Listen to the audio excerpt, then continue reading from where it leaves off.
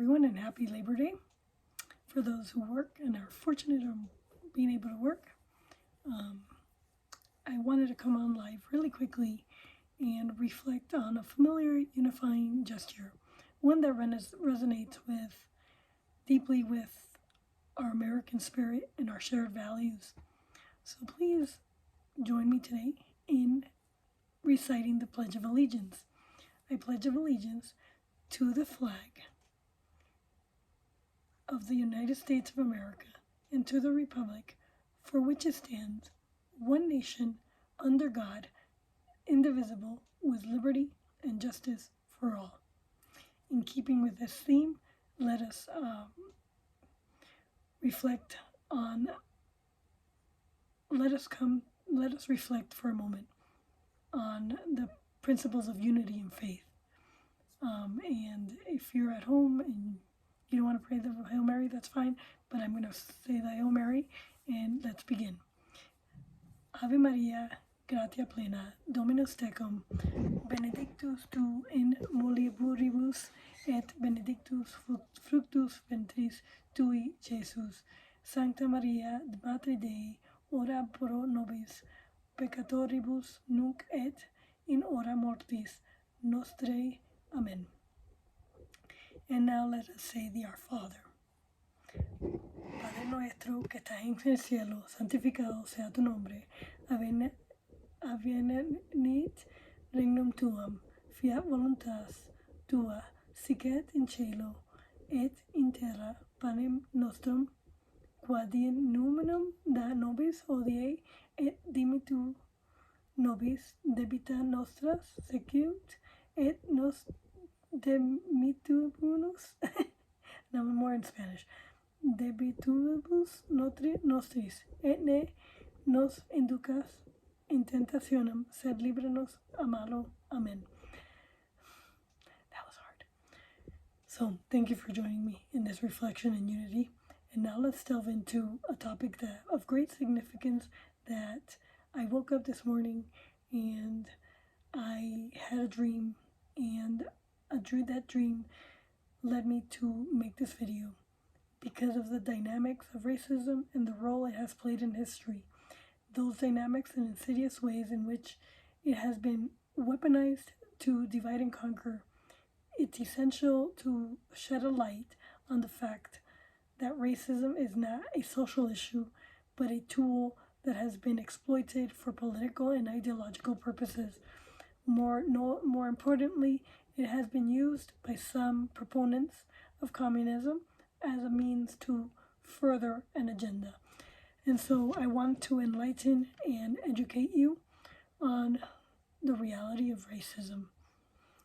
So we must acknowledge the painful reality of racism, discrimination, and prejudice based on religion or the color of skin that have plagued societies across the globe for centuries. The scars of this dark history still linger, reminding us of the injustices and the countless individuals that have endured it. So communism as an ideology has often positioned itself as a champion of equality and justice. Or what is it? Like this? It promises to eliminate class division and create a utopian society where all are equal. However, the question we must ask is whether these noble ideals have been co-opted to further a more sinister goal, the goal of totalitarianism. One tactic employed by some communists is identity politics. By emphasizing racial differences and fostering grievances, these actors seek to create a sense of victimhood among certain groups while addressing historical injustices and fighting for equal rights. Is essential. The exploitation of these issues for political gain is deeply concerning. And it is ever more evident in America today. So the term divide and conquer holds significant weight in the context of racism. When society is fragmented along racial lines and we divide into groups, Hispanic, LGBTQ, blacks, whites, it becomes easier for those in power to maintain control. So divisions distract from the systemic issues that affect all individuals, regardless of their race, ethnicity, or religion. In America today, it is ever more evident this this division, and the factions that are coming about from this division in society. So, along with those divisions comes manipulating the narrative, as we're seeing today in the media and across social platforms. Some proponents of communism manipulate the narrative surrounding racism to promote their ideologies by framing it is a symptom of capitalism or as an inherent evil of the Western societies. They aim to gain support for radical change. This oversimplification of a complex issue does a disservice to the genuine struggle against racism. So now let's transition to the American context. Because our system in America is quite different from all the systems in the world. In our nation's history, racism has taken various forms, including religious discrimination.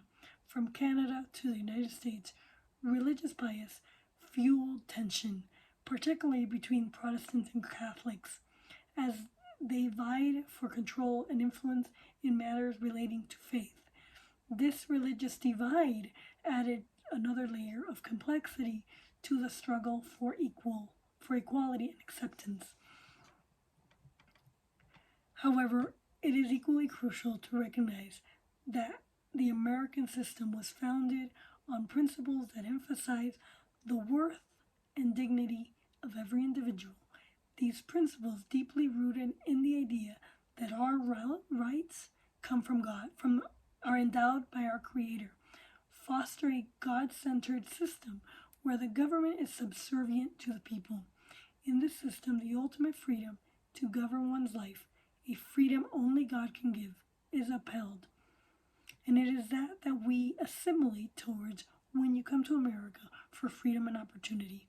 So your assimilation into our system of our God-centered system is crucial for you to keep in line with your freedom. As we reflect on our history, we must also acknowledge the progress we have made in confronting racism and discrimination in all forms. America's commitment to overcoming these divisive forces, whether based on race, religion, or any other factor, is essential in upholding the ideals upon which this nation was built. We stand at the intersection of our history, faith, and the ongoing journey towards a more perfect union. Let us draw inspiration from our shared values, our commitment to justice, and our reverence for the individual freedoms and dignity. As we move forward, may we continue to confront and overcome racism and discrimination in all their manifestations, knowing that our strength as a nation lies in our unity and our unwavering faith in principles that have guided us from the beginning. Thank you, and God bless America.